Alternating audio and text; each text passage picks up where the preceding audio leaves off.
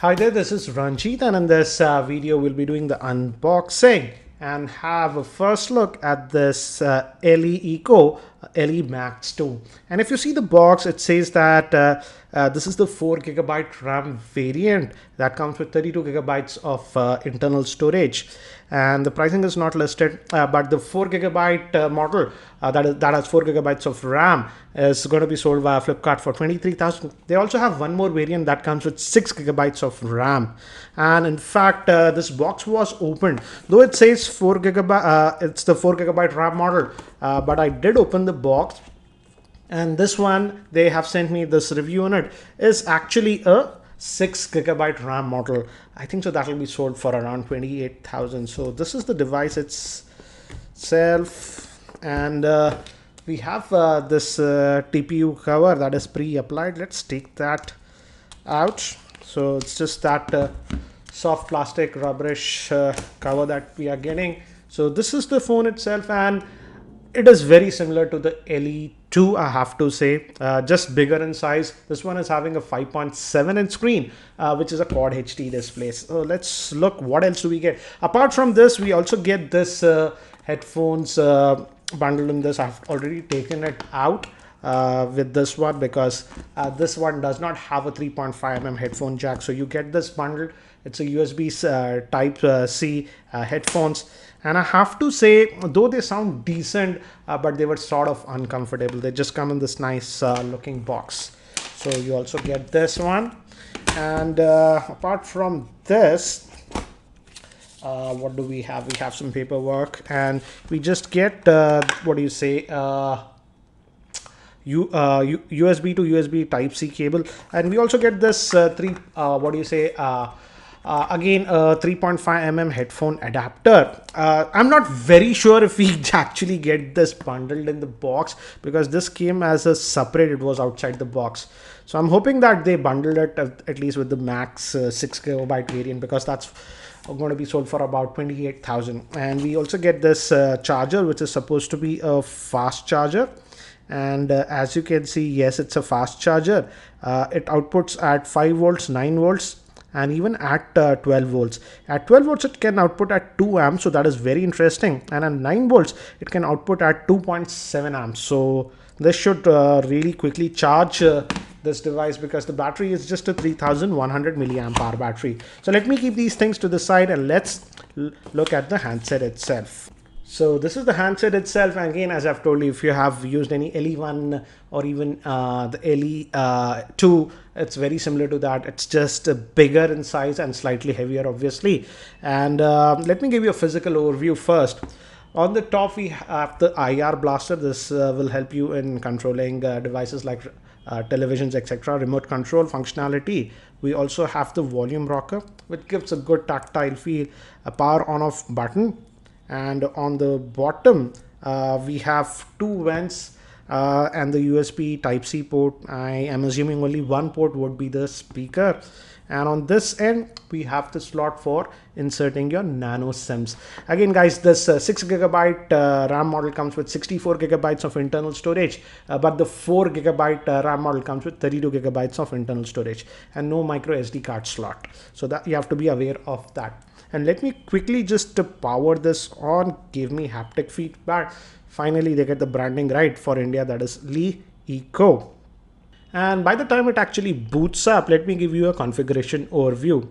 This LE2 Max is powered by the Snapdragon 820 chipset, which is a quad-core processor. It comes with the 4 or 6 gigabytes of RAM. The 4 GB RAM model comes with 32 gigabytes of internal storage, whereas the 6 GB RAM model comes with 64 gigabytes of internal storage.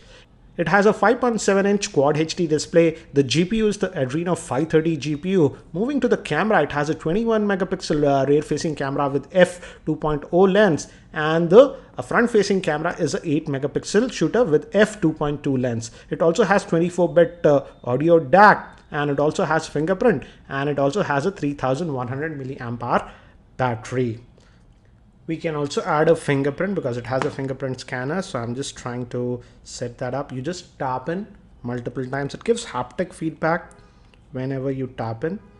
This is very similar to the LE2. It's on the back, and should be done. Multiple drives, and it says it's done. You can also add more fingerprints if you want, and I'll just continue. So this is the first boot of this device. It's been set up, and to give you an idea, guys, this is the 6GB RAM model. If you go over here, as you can see, it says 6GB, and out of that 6GB of RAM, we get about 4.3GB that's available to us. So it'll be interesting to see how it does multitasking, and I'll also compare it with the OnePlus 3 because that also has 6GB of RAM when I do my review. So again, a typical custom UI that this one has, the EUI. Not a big fan of it.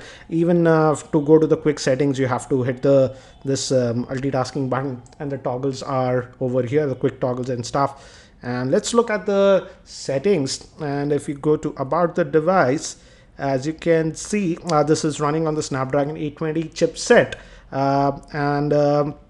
so again, you're getting the latest chipset, and the Android version is 6.0.1.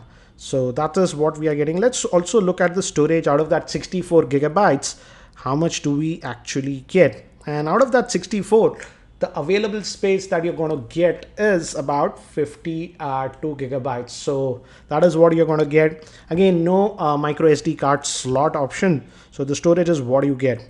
And we have this three touch type capacitive buttons at the bottom, and they light up whenever you touch it. So it's the same, I would say. It's slightly heavier, I would say, but manageable in my opinion. And let's look at if this one also has that screen wobbling issue that I had on the LE2. No, this one is a lot better, I would say, at least the 6GB RAM model.